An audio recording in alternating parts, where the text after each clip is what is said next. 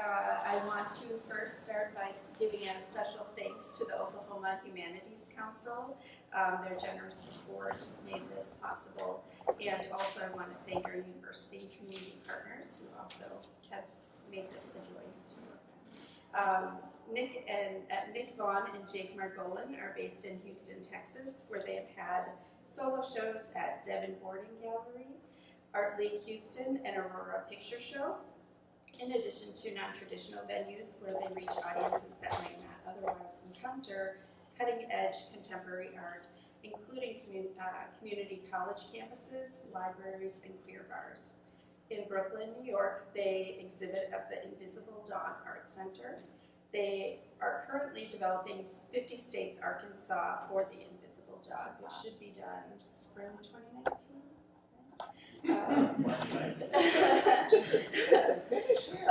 The artists are recipients of a New York Foundation for the Arts Fellowship, a Tulsa Artists Fellowship, and grants from the MAP Fund, the IDEA Fund, and the Houston Arts Alliance. They are members of the internationally acclaimed Brooklyn-based experimental theater company, The Team, and they frequently collaborate as visual designers with the choreographers Faye Driscoll and Yoshika Chuma. The New York Times recently described Jake as on the cusp of middle age, which Nick is going to lord over his slightly mature husband for life forever. So I want to give a warm welcome to Nick and Jake.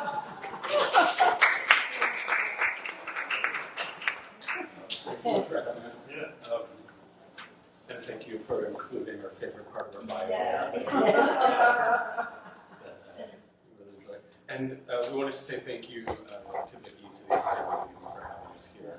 Having this work come to this institution, having it in an educational institution in Oklahoma, the state that our Oklahoma East was named for, has been the culmination of all of our goals for the last several years of making work. And so, from the bottom of our hearts, thank you for welcoming us to your place. Sort of a question, I guess, for you guys is whether we were going to do like a little walkthrough, but we're mostly at the walkthrough yesterday, so I'm wondering if we should just kind of, I mean, there are two of you who weren't. I would like a walkthrough. You have been walked through. I have been walked through. And you have not been walked through. So let's start with a quick walkthrough of the pieces so that you can see. Also for Facebook, if anyone is out there. And then maybe we'll talk more about Arkansas. We thought we'd talk about the pieces that are coming up, which are really exciting. So let's just take off into here. And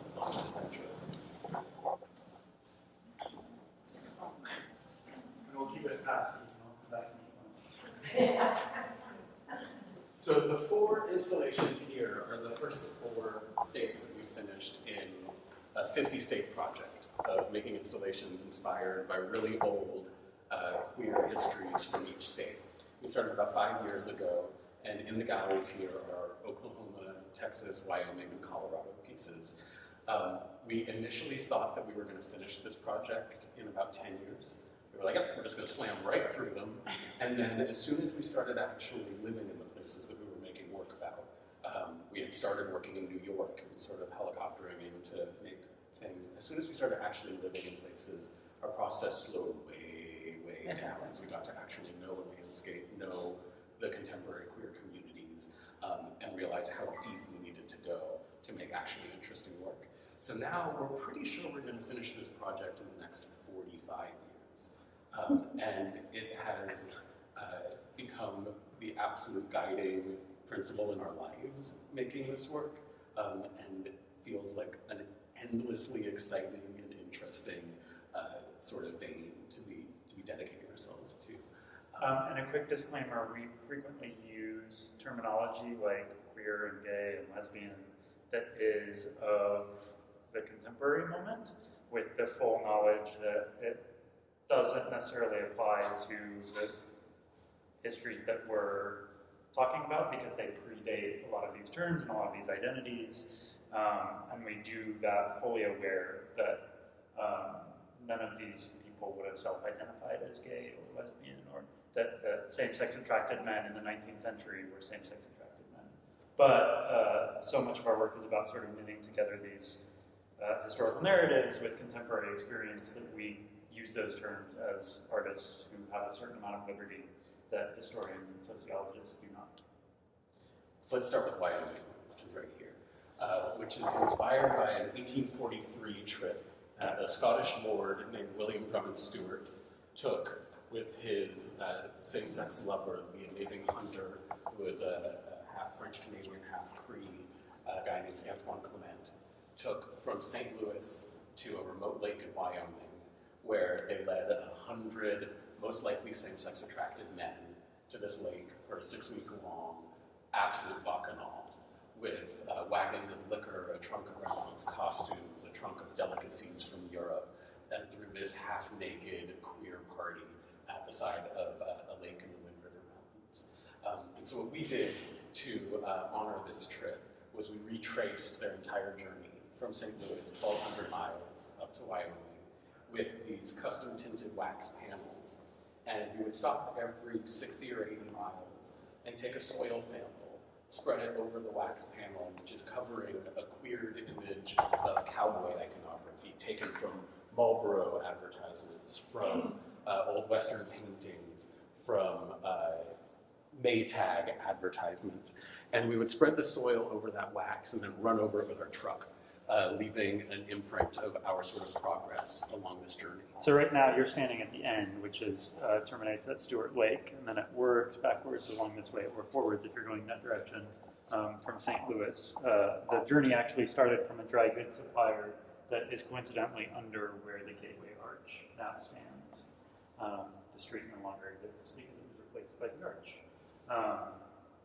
which is kind of a lovely metaphor of the idea that the track began at the gateway to the west. You'll also notice that about midway through the panels start cracking.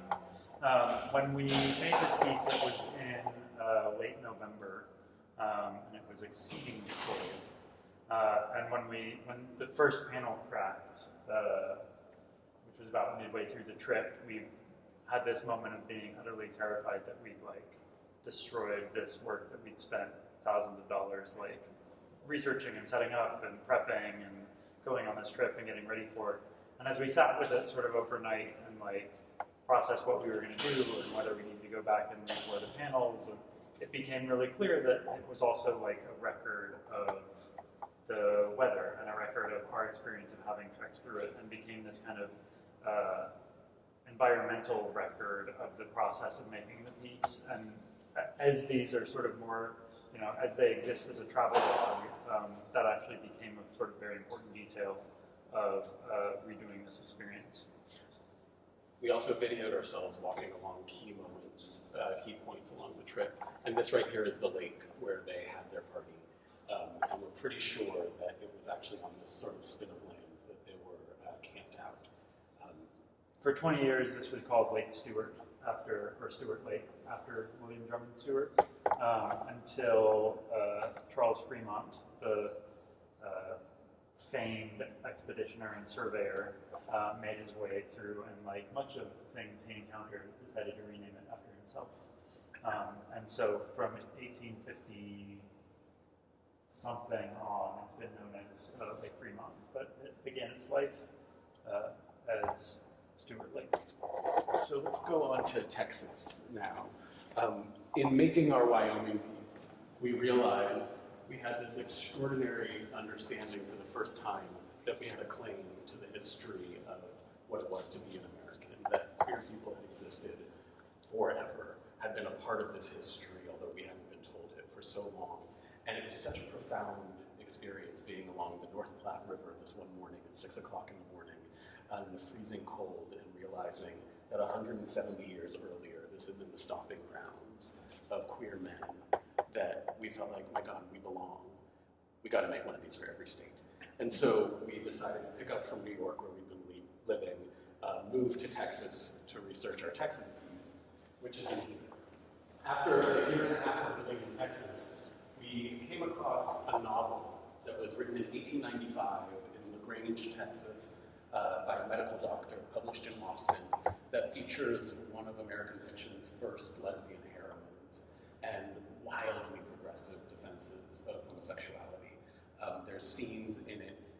Norma Trist, the heroine, talks about her sexuality as God-given and therefore natural.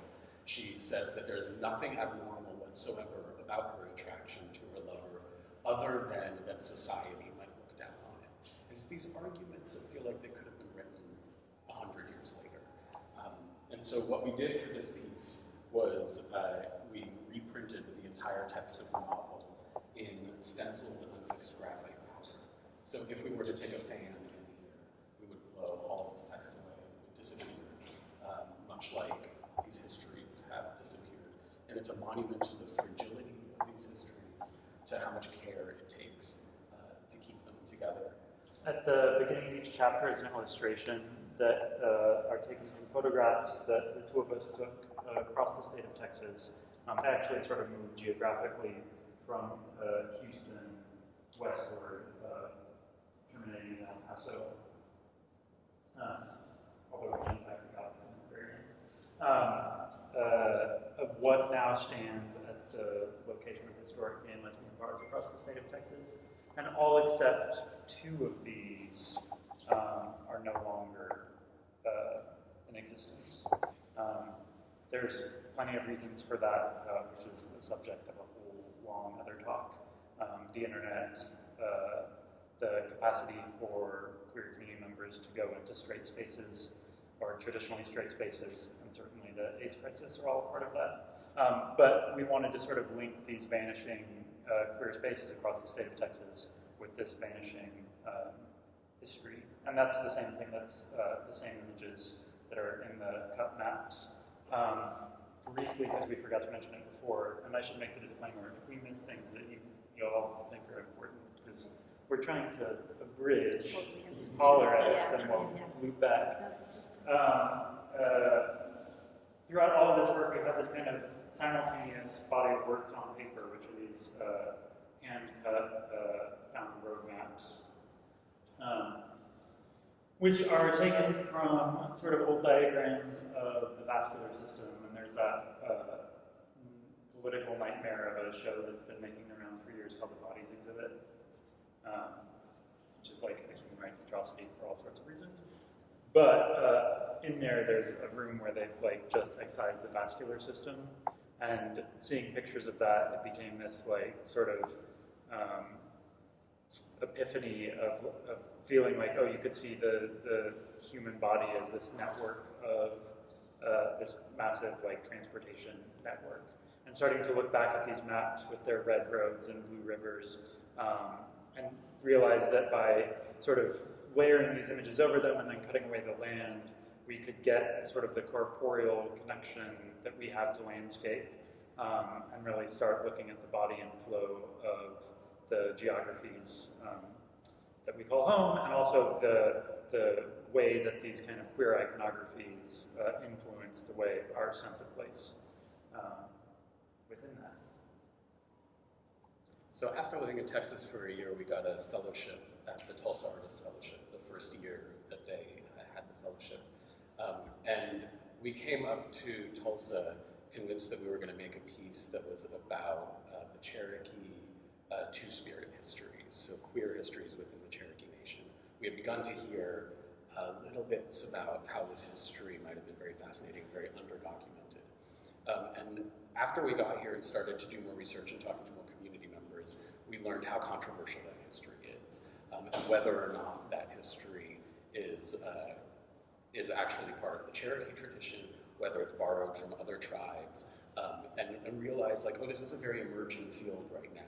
And the two of us as two cisgender white men are not the right people to be engaging in something that's emerging like that right now. And not even along sort of traditional political divides. I mean, some of the most progressive proponents of gay marriage within the Cherokee Nation were some of the people telling us that the Two-Spirit history had no relation to Cherokee culture. So it was not along traditional ideological divides. It's sort of controversial within their own historical understanding outside of any discussion of queer rights.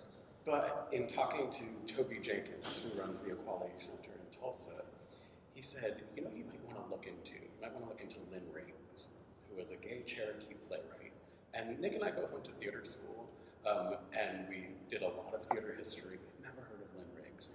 Turns out Lynn Riggs wrote the play that the musical Oklahoma was based on. That's a play called Green Grow the Lilacs. And he was a gay Cherokee playwright from Claremore, Oklahoma, and is a fascinating writer. In his time, he was quite famous. He was shortlisted for the Pulitzer. Betty Davis said that he was the most important playwright in American literature. You know, he's been not completely, but he's been widely forgotten in the theater world. And so we decided that we wanted to make a piece about him. And we came across a experimental documentary that he made in 1932. He had decided to go and live in sort of self-imposed exile in Santa Fe, which was this fairly liberal artist enclave at this point, and made this 30-minute long silent black and white documentary documenting the daily lives of the people that he knew in Santa Fe. And he always, throughout his life, he had this love affair with Oklahoma. And he always talked about the beauty of Oklahoma and the beauty of the people he knew as a kid growing up. And he always sort of waxed poetic about what a wonderful place it was. But he was never comfortable being here for more than 2 or 3 days. And whenever he would come back for an event, or to talk at a college, or for the Oklahoma premiere of Oklahoma the Musical, he could never last for more than 2 or 3 days, and then he had to get out. He actually left. He dropped out of college when he was 23 here, and ran for medical reasons, but it sort of seems like it was probably a nervous breakdown. And so what we did is we found this documentary that he'd made of daily life in Santa Fe, and basically used it as a structure to make our own 30-minute experimental documentary focused around queer Eastern Oklahoma, around the land that he ran away from. In this kind of way, what I think Jake and I see is this kind of amazing pocket of queer community, largely focused around Tahlequah, Oklahoma. And so where he follows around a series of his artists and literary friends, we followed around a couple of drag queens and queer and trans activists in and around Tahlequah. And then we took the film and we projected it through the sculpture of Two-Way Mule that's right here. And this sculpture, if you all turn this way, you can see the effect that it has, which is to take these images of daily life and to splash them across the walls in these refracted, gorgeous fins of color. And the sculpture is inspired by the gay Oklahoma architect Bruce Goff's design for a student religious center at the University of Oklahoma that was never built. And it was this building made of glass diamonds. And we thought, what if we could take and make some version of this glass diamond spiritual center and to refract through it, to splash through it the colors of everyday queer life in northeastern Oklahoma, and to say that that is the spirituality and the luminosity that we want to be celebrating in our own sort of spiritual space. So we've set up these benches. It should be said, because we always assume these things, that Goff was another Oklahoma's gay sons. And part of the reason that the chapel was never completed was because he was outed and forced to resign in 1955 from his position as the chair of the architecture department at OU. Did he get to build any of his designs, or was he strictly an instructor? So this particular building was never built, but he's got buildings all over. A lot of houses, there's a number in Oklahoma that are astonishing, and they're fabulous and they're crazy. There's With one his name particular on it? legendary one that was Really? torn down 2 years ago. The Bavinger House. The Bavinger House was in Bartlesville, was a particularly well-known. And then probably the most famous building that he made was one of the buildings at the LA County Museum of Art, LACMA, the Japanese Art Pavilion, is his work, which is a pretty landmark piece. And then let's, in the interest of time, head on over to Colorado. Yeah, so one of the things that we've done with these pieces is that for every piece we've also created like a 1 hour kind of performance lecture. And part of that's because there's like so much underpinning all of this that we can't possibly do justice to it in a short period of time. So one of the things that as we go through the next couple months, we've got performance lectures that go with each piece where we'll dig deeper into all of these things. And y'all can come in and join me in here. Since we're into the group, we can all sit. And so the Colorado piece deals with a person who we would now most likely identify as a transgender man who lived in Trinidad, Colorado, a small coal mining town in the 1880s. And at the end of his life, he spent about 20 years living out in the sheep camp in the middle of nowhere in Colorado, working as a cook. And then came down with pneumonia in his 80s and wound up at the Catholic hospital in Trinidad. And the Sisters of Charity, who ran the place, figured out real quick that he had been born Catholic and had been living in England for 60 years. Had moved to Trinidad with a wife, had opened a restaurant in Trinidad. Everybody had known him as Frenchie, Charles Frenchie Boswell. And the sisters tried initially to make him dress like a woman, and he was having none of it. And then it hit the national newspapers, and papers from San Francisco to New York were writing articles about this astonishing person who had been living as a man for 60 years undetected.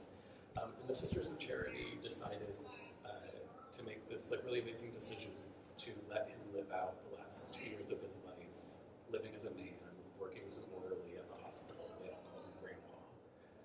And he's buried in the Catholic hospital, in the Catholic cemetery. And the sort of ledger in the cemetery refers to his gender as man, comma, woman, exclamation point. Or woman, comma, man, exclamation point, question mark, question mark. And then fast forwarding like 60 years or so later, a doctor by the name of Stanley Viber became one of the country's pioneering gender reassignment surgeons. After having a patient come to him and ask for surgery, he wrote to some colleagues at Johns Hopkins who had been the first ones to perform it and got a facsimile of their handwritten notes and performed the surgery and rapidly became one of the foremost experts in the country. At the same hospital. At the same hospital, run by the same Sisters of Charity, who sort of, as the nun we were working with in Colorado put it, made good use of their wimples to look the other direction. And Trinidad came to be known as the sex change capital of the world for several decades. Ultimately, that practice was taken over by the first transgender doctor to perform gender affirmation surgery, Dr. Marcy Bowers. And in subsequent years, there was a sort of conservative influx into the town and onto the board of trustees of that hospital. And she was essentially forced out in favor of, there was one board member in particular was the lead investor in a golf resort that wanted built, and they wanted to basically change the identity of the town from the sex change capital of the world into this like convention center. That happened in 2008. So Marcy Bowers left. They started building the golf resort, which is what's left here, and this is what's still standing because 2008, of course, was a financial collapse, and so there's still this skeleton of this hulking resort that they sunk all of this money into. And now the hospital, which has lost all of the income from Dr. Bauer's practice, is actually in danger of closing. So for this piece, what we did is we commissioned ultimately 7 trans or gender non-conforming artists, activists, and writers around the country to compose sort of eulogizing toasts to Frenchie and deliver them at potlucks that we asked each of them to host. And so they're different in every space. In New York, it was in someone's apartment. In Tahlequah, it was at a river float camp. In Los Angeles, it was at a HIV/AIDS resource center. In Houston, it was at an art gallery. In Minneapolis, it was at someone's house. And then all of them were linked via video conference to each other and to us in Trinidad, Colorado, in the lobby of the hospital, with community members, including one of Dr. Bauer's former patients who now sits on the city council. And the toast in Trinidad was given by a nun who's actually a Franciscan, but knew the Sisters of Charity well. And so over the course of this evening, everybody got to hear other transmasculine writers and activists celebrate this history, but also talk about the complex legacy of what has been progress and what has not been progress, what are the high points and the low points of the transgender rights movement. And this event happened about 10 days after the massacre at Pulse nightclub in Orlando. And so that was weighing very heavily on a lot of people's minds as they were speaking. And so what we've done here is we've captured all of those video feeds, and then we have the audio on these headphones so that people can listen to the entire hour-long event of everybody's toasts. And we've also printed out all of the toasts over there on the wall, which we partly wanted so that people could really see them as pieces of literature that these great writers had written, and also specifically because one of the people we commissioned is the poet Stelina Villarreal in Houston, and the concrete poems that she wrote there really do need to be seen. The way that they're laid out on the page is as much a part of the poem as the words are. There's also one additional toast on the wall, which is from an intersex activist and artist named Kuma, who attended the event in Houston, who we had not initially commissioned. Who wrote us after the fact to bring our attention to the sort of blind spot that I think we had going in, of the possibility that Frenchie was intersex, which, if you're not familiar with the terminology, is a term that's often in the past been referred to as hermaphrodite, as people who were either chromosomally and or physically sort of both genders. And it was a possibility that hadn't honestly even crossed our minds. And so Kuma composed this astoundingly beautiful sort of postscript toast that is included as a printed piece and that we sort of commissioned retroactively. And part of that is a common thread in our practice, which is that we go in very open to the fact that we don't know very much. Right? There's many, many layers in which we're outsiders, both geographically to the places we go to, but also in other ways to what the stories are. And for this to feel like we're actually making a piece that's filling in holes in queer history in America, we have to be open to the fact that we're going to get things wrong, and that people are going to correct us, and that when they correct us, or when they offer another perspective, that our work is flexible enough and open enough that we can welcome that in and say, yes, and please, thank you for bringing that in. And it doesn't in any way invalidate the toasts that the transmasculine folks made. What it does is add a perspective that we were just totally blind to. Exactly. So these are the 4 installations that are here, and now we thought maybe we'd head back over to the lunch area, and we could talk a little bit about the ones that are coming up, and then answer any questions. I am fascinated in the Catholic Church about You know, it's interesting. There's a couple of parts to that. So one is that there's rumor that the Vatican actually knew what was going on there. And that they sent a special letter of dispensation to Dr. Biber. Nobody's found that letter yet exactly, but his widow attested to its existence. And so possibly it was actually done with some amount of the church knowing. It's also possible that they didn't, and what you're seeing is this sort of common thing out in the West that people really do what they want to. And so you could have this selfish ruling group of nuns who could say, this is the way that we're going to roll. And When the local nobody's checking. Nobody's The Colorado Diocese definitely there were meetings about how they were going to handle it, and it was decided that they just needed to code it differently medically, so all of it, just But I was also referring more to Frenchie right. being there to turn the center. Oh, yeah, That's there is where they feel that these nuns can do whatever they want to. They can decide what's ethical, what is God's will in their place. While the legacy of the Catholic Church and their interactions with the LGBT community are obviously fraught, there is also a long history of nuns in particular leading progressive causes in many different parts of the world. And so to me, it was interesting. We were talking to our friend, the sister Reg in Trinidad, and when we first told her about this story, she just went, "Oh, well, leave it to the sisters." And we were like, "Wow, that's so not our association with the Catholic Church and LGBT issues." And do you remember what it was that? She said basically like women religious have always believed that people should live their lives the way God intended them to and not the way society told them they ought to. And that was sort of a fundamental portion of her deciding to become a nun. Well, and no disrespect, but the Catholic Church, I mean, you have the priests and you have the nuns, and you're not to marry, you're not to, excuse me, have relationships with the other sex. So it seems to me that it's kind of open there.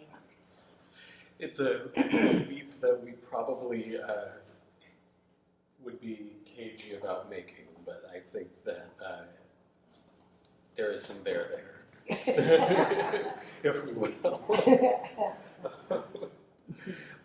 So we thought, before we jumped into questions, that we would tell you a little bit about our upcoming projects in the 50 States project.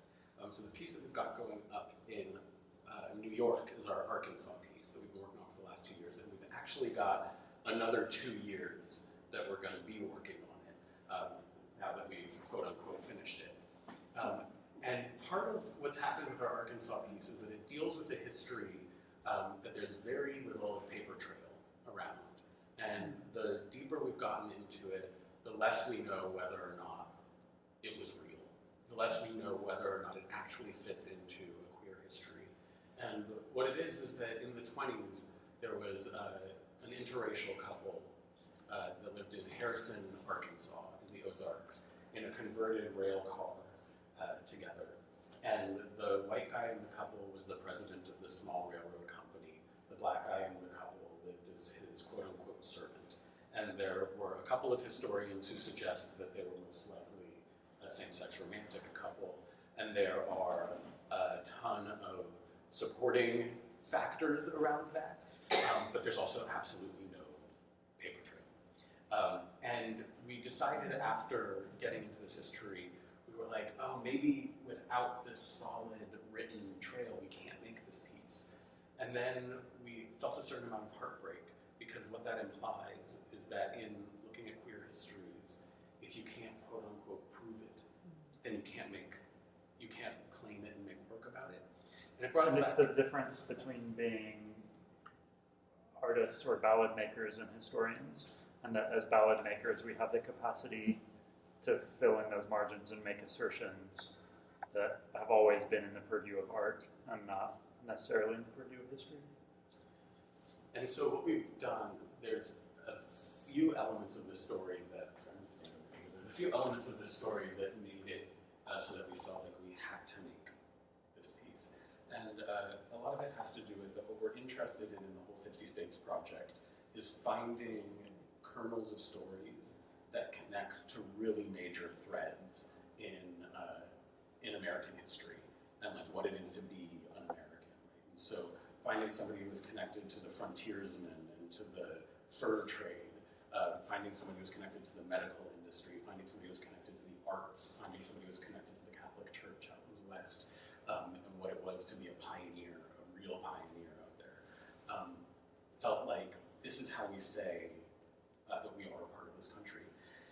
This story intersects not only with the industry coming through the Ozarks, the railroad coming through the Ozarks, which was a pivotal and fairly tragic economic story. There was great hope that the Ozarks were going to blossom economically as the railroad came through, and for both reasons of natural disasters and I think financial malfeasance, and then also the Great Depression that all collapsed. It was very difficult to actually build these things through there.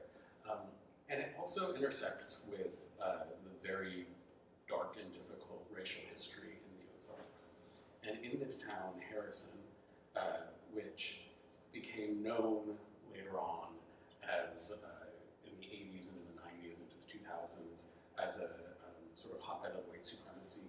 There were a number of self-proclaimed leaders of the KKK who lived there. It became fairly famous, infamous for these very racist billboards that went up. 10 years before Wellington and Jesse, this couple that we're focusing on, moved to Harrison, they had had an ethnic cleansing and had forced out their entire African American population. And Harrison became one of the notorious quote-unquote sundown towns in which African Americans could not be after sundown. And this is a history that got uncovered in the last couple of decades of some really wonderful historians going in and saying, oh, this is actually what happened. The way that people euphemistically referred to the exodus of the African American population was in fact euphemistic. This is what happened.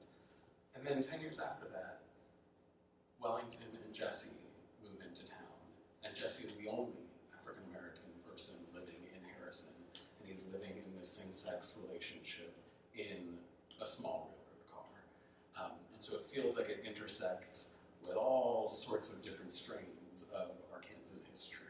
And so for this piece, what we did, sort of building off of some of our first exploration around Texas piece formally, we made these large-scale charcoal prints, which are stenciled images from archival sources. I mean, it's a little difficult to see from this angle, unfortunately, but it's things like the original design drawings of the railroad car that they lived in, or in this one you can see the a little bit of the railroad map of the Arkansas railroads from the time period, to historical photographs of the sort of most important bridge on this chunk of the railroad, and coupled with photographs that we've taken of what remains there. So in the back here, you can just see a little bit of the reflection of another reflection down there. It's a very disorienting thing. An image of a massive monumental stone pier that is all that remains of that bridge that exists in another photograph. And so for each of these, we stenciled the image in graphite powder and then blew it away, so that you're left with this kind of ghost image of what's the kind of after burn or after image of the original archival photo. And then those are installed sort of each backed by these large mirror panels, so that you end up with what's ultimately a sort of labyrinthine arrangement where you're seeing the original ghost image and the reflection of the ghost image against an image that's kind of half obscured behind it. And so it becomes this kind of constantly shifting landscape of these partially vanished images, both archival and things that we've taken. And part of the reason for charcoal is among these histories that are so poorly recorded, a lot of the things that were written records, and this is true across the board, were burned by concerned family members or by people themselves trying to cover their tracks. And the thing that really clinched this story for us when we realized that we had to move forward with it without firmer documentation was when we managed to track down the car that they'd lived in, and we tracked it through its various lives. For a while, it was a private residence bought by a middle-aged woman in Kensett, Arkansas, and then was bought by a couple who spent years painstakingly restoring it. And then there was a fight over the deed and who owned it. Somebody showed up on their property and said that they had rights to the car, and they claimed that they had purchased it legally, and there was a dispute. And then the car itself was burned to the ground, which just felt like the sort of most poetic ending to this story possible. Which is also how we sort of landed on these charcoal prints. So there's this sort of physical aspect to the installation, and then there's an audio video component that for this sort of first iteration that's being presented in March is a folklore of a sort of a folktale ballad of Jesse and Wellington that Jake and I have composed and perform. And the idea is that ultimately we will commission a series of writers to work with community members throughout northwestern Arkansas to keep developing more folk tales of the things that people always knew but can't necessarily prove. So that we sort of add to this, this is where we get into tangential spirals. One of the first people we talked to in Arkansas pointed us in the direction of these amazing stores of old folklore and was saying, you know, surely you'll find something in there. And they're very bawdy, and there's lots of sex, and there's lots of alcohol. And we actually have not found anything in there that is expressly queer. And so part of what we're trying to do with this over the course of the next couple of years is kind of develop this appendix to that collection of folklore as this kind of queer folklore that exists as a separate set of ballads of queer Arkansan folktales. We were talking to this woman, Serpic Angelini, who runs an organization called the Transart Foundation for Art and Anthropology in Houston, and she's part of supporting this piece we'll be premiering in Houston there. And she was saying, as we were getting into creating these alternative ballads, she was like, the idea that anthropologists talk about is what's the instigating act for mythology. What is the thing that happened that then sparks people to create mythology around it?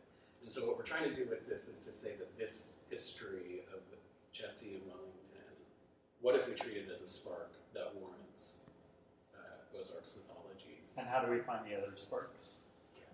And I don't know, I thought maybe we'd play like a couple minutes of the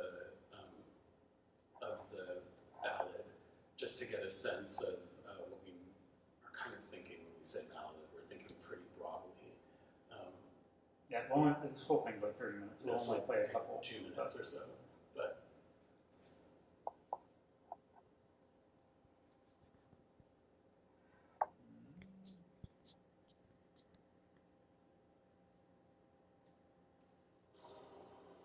This letter is, when all is said and done, an apology. It is a letter to a man whose last name we can't find. Y'all lived together in Railcar 99 from winter 1926 till summer 1933. 26 seasons.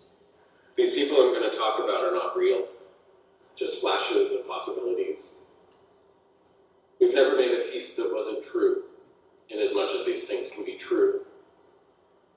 Walking along the path from Gilbert down to the river where there's still 2 mammoth stone pylons that we've come to think of as U and Wellington. Pylons that supported a bridge long gone, and tracks even longer gone. Immutable stone, holding onto your secrets the way that only old queens from a past era can. Walking along that path, it suddenly felt like true isn't really relevant here. Nobody knows what was going on in those mountains. Nobody is left to talk anyway. One winter, Chris. Chris is a kid, 19, 20, used to work at the Quick Trip. When he was really a kid, he figured he'd be a train conductor. He could just picture it, but turns out you gotta live in a terminal town. When he was a kid, he would take a flashlight and run at night down a trail where the tracks used to be, holding the flashlight perfectly steady. And he could picture from above the way his light hit the trees and the blasted rock wall, a ghost train headlamp. When he started working at the Quick Trip, his manager, who was a white guy, touched his hand while showing him how to restock bags of chips, and that was that. And while they never told anyone else who worked there, everyone knew. He took him to the trails and said, "Hold this flashlight." And so what we're doing with this is we're bringing it into a contemporary mythology and using this fictionalized narrative of Chris and his boyfriend who he works for at the Quick Trip to go into a deep dive into this history. So that's what we're up to in this. Over the next 2 years, we'll continue developing with community members in Arkansas. I figured I know we took a long time doing this, but if there's any questions that we'd love to I'll live long enough to see the end. 45 years? I believe in you. Wow. Yeah. Have you, I know this is such a personal pursuit, but have you thought about any ways to sort of help you move forward in your project with other assistance? Yeah. So we're going to be starting a nonprofit wing of our practice, a 501c3, that supports the research and development of our work, and part of the long-term goal of that. And the community outreach. Right. Like one of the things that we found just to be the most edifying part of our practice is getting these pieces and some of the work that we're making into communities that don't otherwise have access both to the visual arts on this scale or these histories. We made a piece after the Oklahoma piece with many of the same collaborators. And last summer we took it to their small town Tahlequah Pride festivities and put it up in a very tiny university gallery. And it's one of the most meaningful experiences we've had, was bringing that piece back there for them. And these are organizations, and immediately after that we got invitations from 3 or 4 other small organizations who wanted to screen it, and none of them have any money, and none of them have any organization to find money, and we would love to take it to all of them, but we can't, we don't have the $1,500, $2,000 it takes every time we want to bring this thing somewhere. And so part of what, outside of just supporting the research and development, we want to be able to support the capacity to tour some of these pieces around these smaller locations and communities.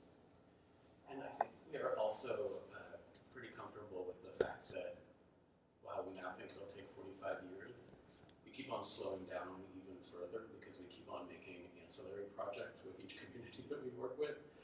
After making our Oklahoma piece, we made this other piece that took 8 months to make.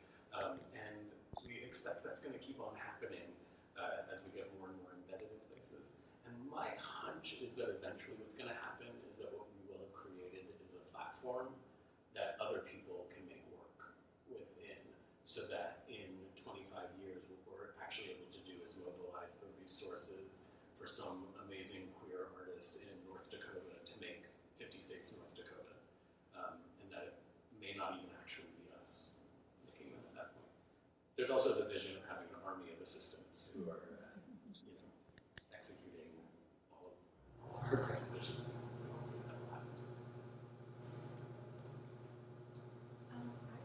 I don't even really know how this question is going to make sense or how to really phrase it, but it just seems like, even though all of these stories are not necessarily about you guys and they're about these other people, like, there still must just be like so much emotional connection. So I'm wondering kind of how you navigate that with your work and sort of balance. Like, you have to be at least a little distant from it to be able to work and make things, but I don't know, just. It's a great question. Our backgrounds are in theater, and we're working a kind of theater called devised theater, in which an entire ensemble makes work together, does the research together. There's no one thing, so everybody functions as a writer, as a creator. And one of the things that we're constantly doing in our work, which we actually think of as theater, even though it's very much installation art movements in the gallery, is how you get that emotional narrative to come through in a visual art context. And I would say that when we are working at our best, we don't have that emotional distance from these histories. And they are, as you said, overwhelming. And they're overwhelming sometimes in the resilience and the strength and the beauty of the person, but also sometimes in the absolute tragedy and the horror of the situation. And I think when I'm feeling good about our work, our strength is in being able to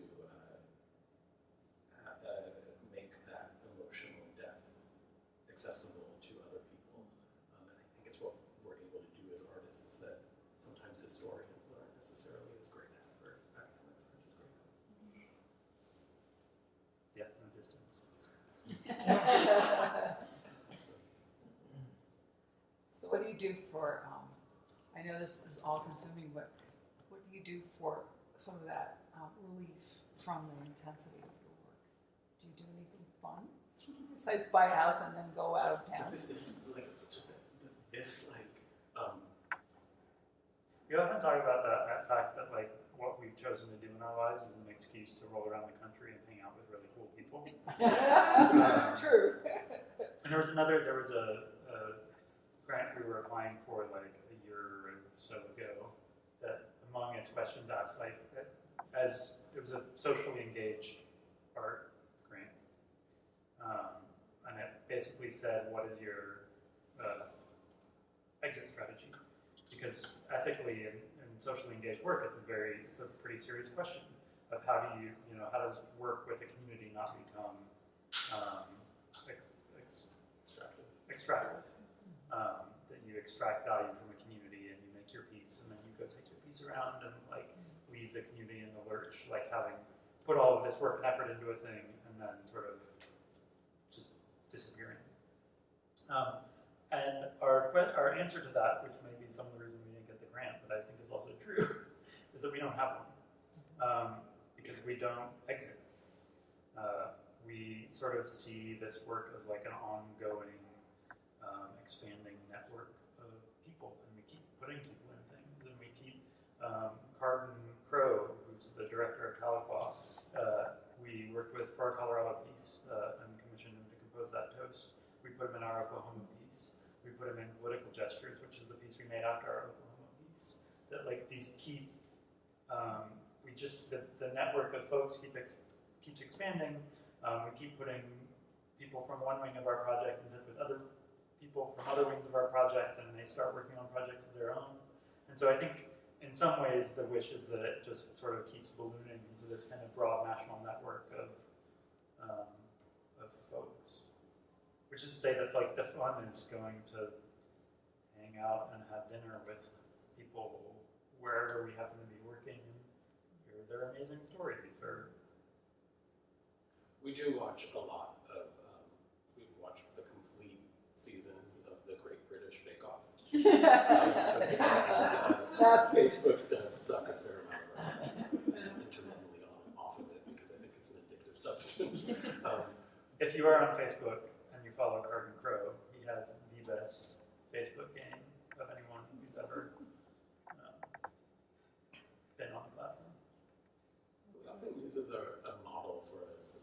My father was a publisher in Berkeley, California, and ran a small publishing company that did books that were by or about Native Californians and California natural history.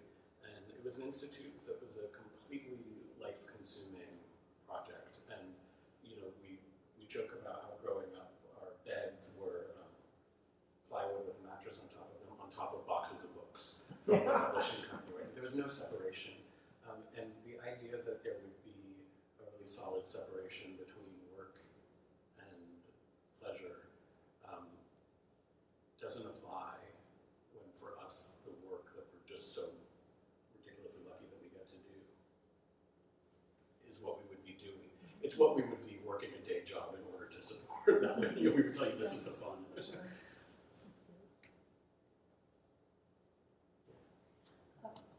I've come away from looking at this exhibition with a very concrete, immediate sense about the nature of history, and in some case, I would say the nature of truth, and the fact that what we identify as that is only that which has come to someone's attention, the implication being that if it hasn't, it doesn't exist, and it becomes such a critical insight when you think of people, cultures, events that have been perceived as marginal or not history, I guess you could say. And I think your exhibition does a really good job of explaining that aspect of history. And especially because history takes on such an authoritative voice, that this is really important in that larger lesson as well as the story that you're telling. Thank you. There's an essay by, I'm never going to remember who wrote it. To pick that up. There's a beautiful essay that was essentially about looking back at American history through a queer lens. And the central point of what the argument was that we always look, so you can't look at history without a certain set of assumptions, and that for hundreds of years that set of assumptions has always been a sort of heteronormative, dominant set of assumptions, that like, this is the hegemonic culture, this is, straight. We assume these things to be true, and that as soon as you identify those set of assumptions, you realize that they have all kinds of logical conclusions, and that the way you view history is based on all of those logical conclusions. And that if you shift your assumption to the idea that, okay, there were queer people among all of this, or there were people of color among all of this, or there were women among all of this, that as soon as you approach the same set of facts with that different assumption, which will lead you to untruths in other ways, that all of those logical pieces fall in very different places. And so I think part of what we're trying to do in this is just undercut that set of assumptions and sort of put a new slate of assumptions forward as a possibility in which to look at the rest of the histories that are out there. When we were first working on our Texas piece, we were in Fort Worth and talking to this great journalist who, at the time, we thought we wanted to make a piece about border towns and red light districts. So we were like, it's got to be something really great in there. And we were kind of like really looking between the lines and these things to be like, oh, is there anything that can be read as queer in these narratives of these old prostitute districts? And the journalist asked us, was like, well, wait, you got to tell me, are you writing a history, or are you writing a ballad? And at the time, we said we were writing a history. What we are working on, we only want to be doing things that are verifiable, that there is a paper trail. And in these first 4 installations, that's what there is. That we only worked on things when we knew that we could point to the thing in the archive and say, see, this happened. We're not making this up. And as we're getting into this Arkansas piece, and as we go on, I think that we're increasingly interested in being balladeers. We're interested in what our role is as artists. And there's certainly degrees of that, right? So like, as we're starting in on our Utah piece, there's a fair amount of documentation. We've like started thinking about our Maryland piece, and there's documentation. And I think the difference is our fundamental approach is as balladeers, right? So that there's, whenever there are historical sources, we are linking back to those and pointing to those and including those in the information around the show. But I think there's a certain freedom that we're feeling to be able to use those stories as basis for composition as opposed to the end-all and be-all. And I think that sort of emerged rather organically over the course of these pieces too. I mean, Oklahoma is far more of a ballad, despite the fact that Lynn's life is well documented and his relationships are well documented. Sort of more of a ballad than any of the other pieces, and it's kind of the last one of these 4 that we made. I think, however, that the reason you're experiencing the success you're experiencing as beautifully as you've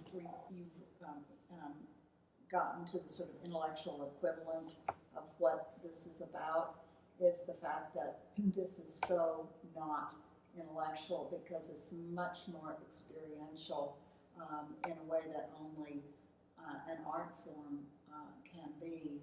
And I think it really engages people and awakens their empathy, because they're allowed to follow the path to get to the conclusions that you get to. And I think it makes what for some people could be very challenging, very human. And So I think it's just an enormously powerful way to approach these big ideas that we're presenting. It's marvelous take here, and actually articulates perfectly the sort of core goal of what we're up to, which is that it's quite easy when you're working with histories of any marginalized community to turn it into something that's like these sort of weird hero narratives, right? Or that have a very clear political viewpoint. And Nick and I do have very clear political viewpoints as human beings, as citizens, but as artists, what we're very interested in is that complex human experience, which is what I think is really lacking, in addition to the part where like history has just erased a lot of us. When it's not erased, it's very one-dimensional, two-dimensional. And I think it's particularly important in the current period where there's so much confusion about how to understand what's going on, and from that perhaps a lack of powerlessness to feel like you individually can think critically, can look at things critically and come to your own conclusions to some degree, but all of the disinformation and whatever that's out, I think this is an important counterpoint to all of that stuff that's going on. We often wonder, as I think many people in the arts do, we have that nagging fear of like, oh, should we pack this all up and become, election rights lawyers? Should we be running an HIV advocacy organization? Do we need to be doing direct things that are in line with our politics? And it's when we realize that our gift, we're being generous to ourselves, our talent is at being able to show that complexity and that humanness, that I actually feel a fair amount of comfort in that, like, oh, this is an aspect of what our community and our community's allies and our community's foes need. I see this as, I'll just stop after this. Okay. I do see this as grassroots conversion, political conversion, social conversion. I love that. I feel like that was a perfect segue into kind of what I was thinking, which is like, I'm just so impressed at how you have this determination to find these truths, but also are very okay with there not being complete total truth all the time, and there's multiple viewpoints and multiple truths.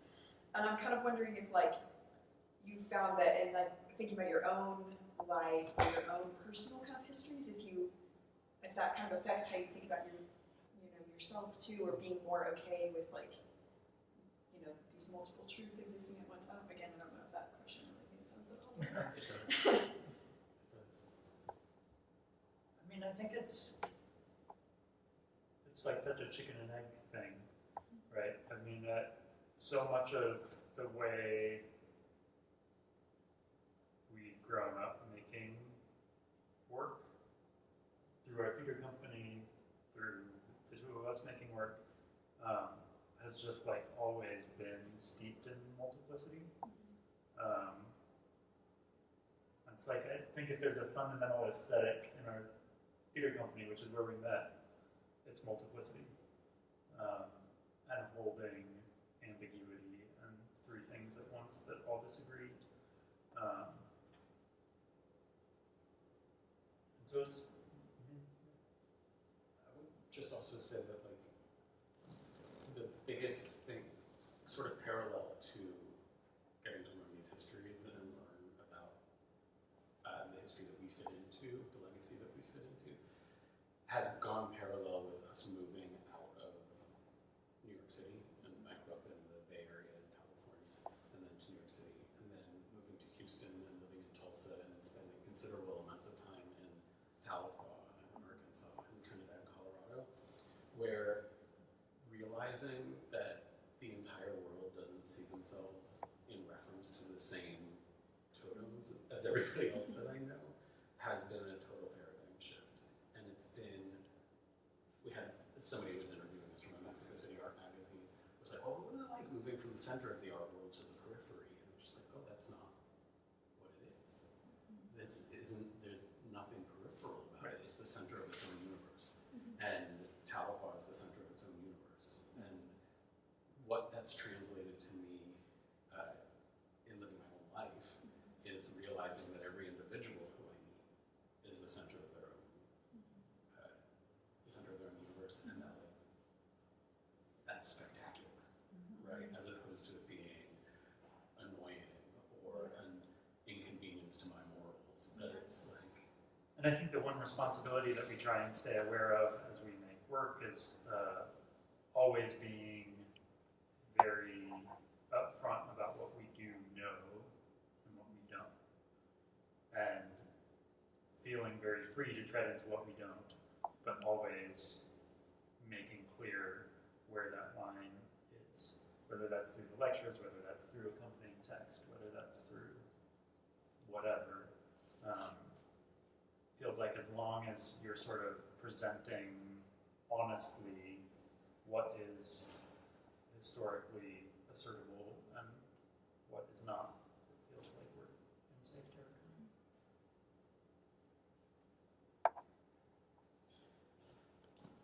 I think there's a way you could make, you can fund your 501c3.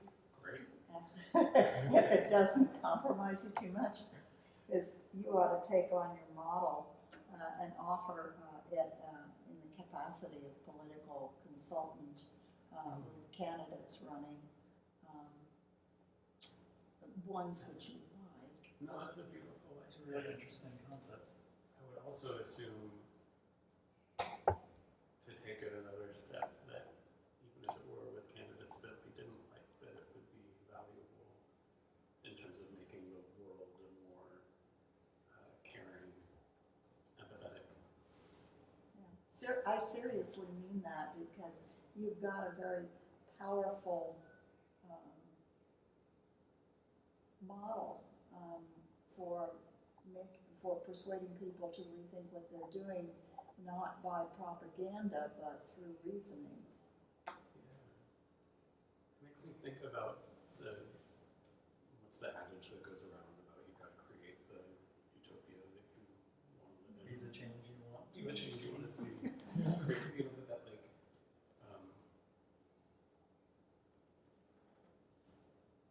yeah, I love that idea. Well, don't you think that just as you've spoken about your Oklahoma work and how it evolves and there are things, spin-offs, well, that with Arkansas, for example, you might actually learn more of the untold histories after you release this piece. You're Absolutely. showing it in New York. I wonder if there'll be an opportunity to show it in Arkansas. We are talking to folks now. Yeah, and it's the goal with all of the work, and part of why we show it in New York is because the place that we show it in New York is sort of our home, and is a really wonderful, very community engaged space. But the goal with all these pieces is to be showing them in the place that they were made. We've also found that it's helpful to premiere the work elsewhere before bringing it back, and that hasn't been intentional. But for instance, right now, the Oklahoma piece that we're showing is complete. When we premiered it, we thought it was complete, but it wasn't. By premiering it, we realized that everything we needed to do. We were like, oh, like that's how we need to do it. And it took many more months of work to fix it. And the same thing's happening with Arkansas. Whereas if we had lined up premiering it in Arkansas, we would be showing this incomplete piece. And it's also, in a lot of these places, it's a little bit dysfunctional in sort of our lifespan as visual artists and our career trajectory, that a certain amount of premiering things in New York and building the institutional framework around the project and getting sort of higher and higher profile things while we're also getting community exhibitions gives, when we first started trying, and we still haven't gotten the Wyoming show to Wyoming, Yeah, if anybody we finished knows the an Wyoming institution piece and in we Wyoming wants it. that year started writing to people nobody knew who we were, and there was like no exhibition history of it, and it was like, just zero response. So I think that there's something about, as the project builds, and the sort of cachet of the project premiering in certain, whatever, in Houston, in New York, and these sort of larger institutional markets, I think it will help drive some of the capacity to get it back to Laramie and Trinidad and wherever else. Because it's also a sort of abnormal ask for a lot of these places. Like, we want to bring this strange interdisciplinary installation to a community center in your town. And can you help us find some money to do it? University of Wyoming has a museum. They do. They have a They do. beautiful museum. They didn't know who we were when we first wrote to them. They didn't write back to us. And Susan Moldenauer is no longer their director, so I had some connection, but we'll talk.